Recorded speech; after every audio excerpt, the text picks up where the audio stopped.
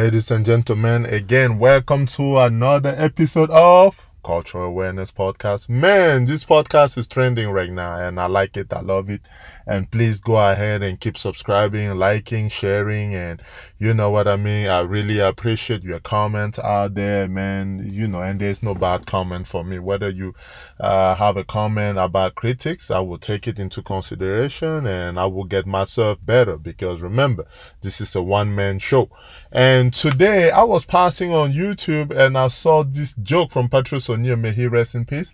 I saw this joke from him where I thought it was really funny. This is something that I would like to bring into like the Jim Rohn type of place, which is like the motivational speaker thing. But before we say anything, we have to go ahead and first hear how he set these jokes up, right? We have to go ahead and hear why he set it up and what is the importance of bringing value into any relationship. Because yes, we are all gonna be, young and handsome, all beautiful, but at the end, what more do you bring to the value? What is the value of a man when even if at the beginning of the relationship, no homo, he had a big D, you know what I mean? What would be his value if his D cannot work anymore? Because if you love that money because he was bringing a big D to the table and now it's no longer functioning, how do you still love this man?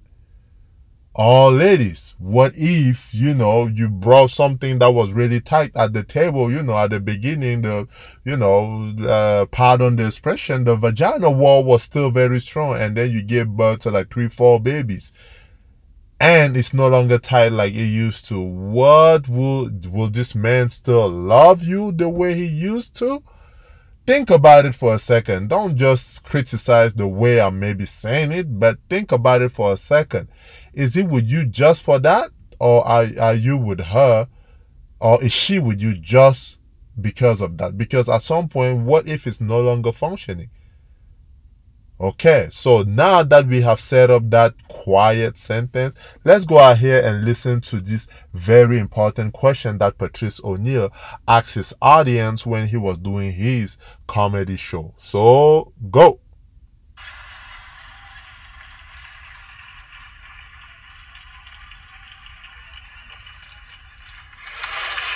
Let me ask you a question. Here's a question. Here's a serious question. Okay, ladies, if you didn't have a vagina, like say it was a terrible train accident, right? And the doctor was like, we have to remove your pussy right away or you're gonna die. How would you keep your man past, you get a 2-month guilty, I can't leave the bitch right away because you just lost a pussy in a train accident. Can't just walk right out on him. How would you keep your man past that if you didn't have a vagina?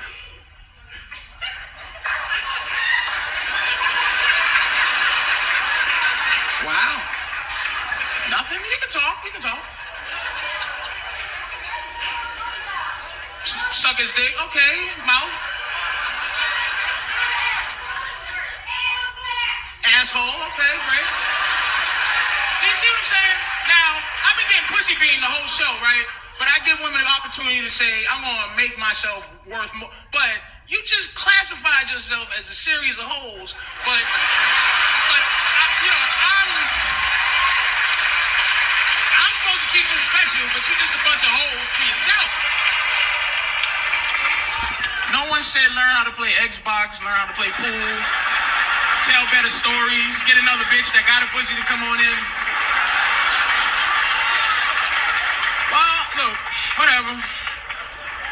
Plus, when you get a certain age, pussy is not what it was when you was younger. I like pussy differently. I don't know what the difference is, but it's like I don't get excited about the idea of getting pussy. Like, I only fuck so I have a memory to jerk off to later.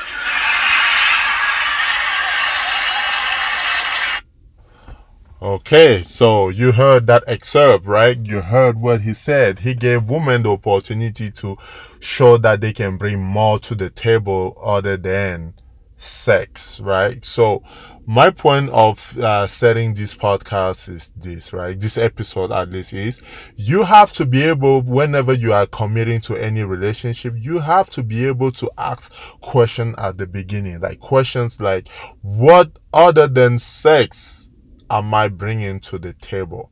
What other than beauty am I bringing to the table? Because those are specific questions that will serve you on the long run. On the short term, yes, it's good. You are young, you are wild, you are free, you're walking naked, the titty is still standing up and everything. But what happened past that?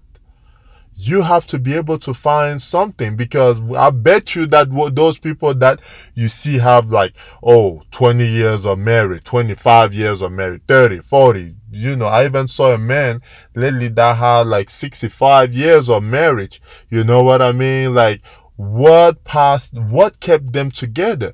I don't believe that necessarily it was the love or anything like that. No, I think it was the assignment. You know what I mean? Understanding the assignment, that we made a commitment that we would not leave each other through thick and through thin. I'm not asking some of you ladies out here to stay in a relationship even though a man is beating you up and things like that. No, we are against all violence, and I'm not a partisan of that. But if you're leaving a man just because he no longer have money that he used to, because he fell short lately and work is kind of hard to come by, then you are selfish. If you're leaving a man saying that he's no longer exciting, he's boring like he used to, you are selfish, because you can still bring some excitement into your marriage even when your man don't want to. There's a saying that says that what woman wants, God wants it also. You know what I mean? So there are different ways you can take your man and making sure that, you bring some excitement out of him. You know what I mean? So there are a lot of people talking about these boring things is because the other person was always taking initiative, and now that they are no longer doing that, instead of you going ahead and taking initiative and things like that and making have to go through it, you start blaming the other person that, they became boring and things like that. No, you have to find something else in somebody that make it pass through the first stage of the first 5 years of marriage, or the first 10 years. Why? Because, after kids and things like that, just like Patrice O'Neal said, vagina is no longer the same. It's not disrespectful to any woman, but it's no longer the same. You didn't have 4 or 5 babies. What makes you still attractive is what you bring to the table, your way of doing things, maybe the way you are calm facing certain situations. A man sometimes will say, oh no, I love her because she brings me peace of mind.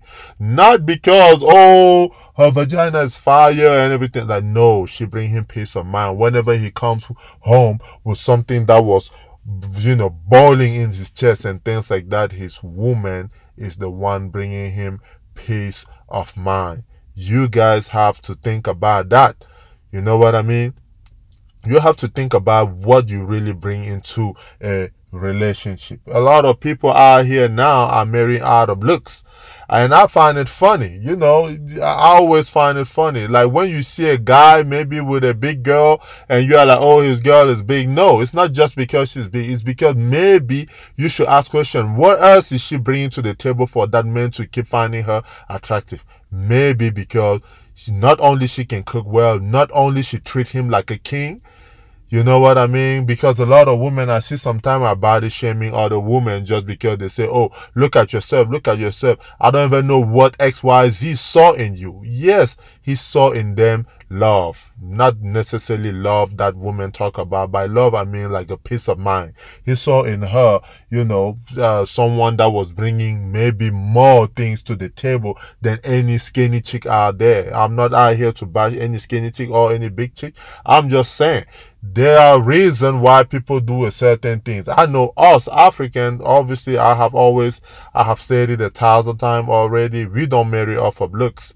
First of all, there are rituals that we go through that, I don't necessarily want to talk about, but I think anybody even in the US can do the American version of this, which is to find like the type of blood that you guys have to see if the blood matches. If my blood and yours matches, are we gonna have I don't know how they call those baby, you know, pretty much like, are we gonna have like the Down syndrome kids and things like that? There's something called the rhesus in French.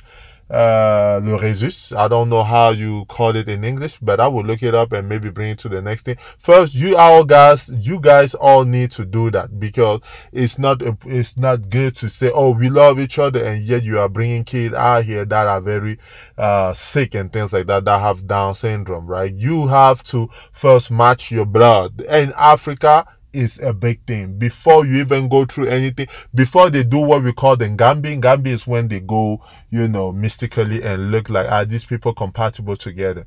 Like, are they going to live a lasting life together? Are they going to live a long life together? And things like that. We call it Ngambi in Cameroon precisely, but in other culture they have different way of calling it, where they go look at it, you know, talk to the ancestor and things like that. So we have ritual for that, you know what I mean? People don't just get up and get married like that. They go and look, right? Oh, like there's oh, this girl, you know, you shouldn't marry her because maybe they have a bad blood, or maybe, you know, her ancestor used to sell slaves and things like there's a bunch of things that goes into it. Oh, maybe somebody in her family, or the direct family, we're talking about father or parent, did so much harm to people that now she's carrying that curse.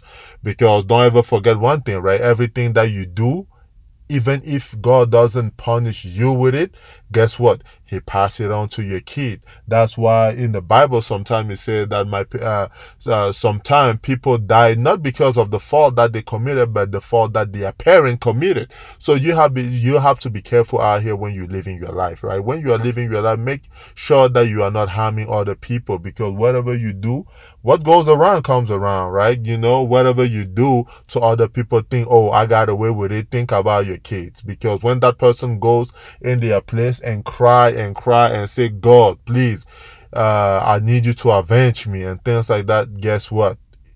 If God doesn't give it back to you while you are living, he's going to find a way of bringing it to your kid. And the kid will out here thinking like, you know, the sky is all dark for them and things like that, when in fact the parent committed it. That is just a side note. But to going back into relationship thing, make sure that whoever you decide to go ahead and marry is someone that has more to bring to the table than sex, or you know what I mean? And that will make you guys compatible for a long time. This is not a relationship expert. This is just a relationship advice. Thank you again, guys, for listening to this podcast episode. God bless, and like always, peace.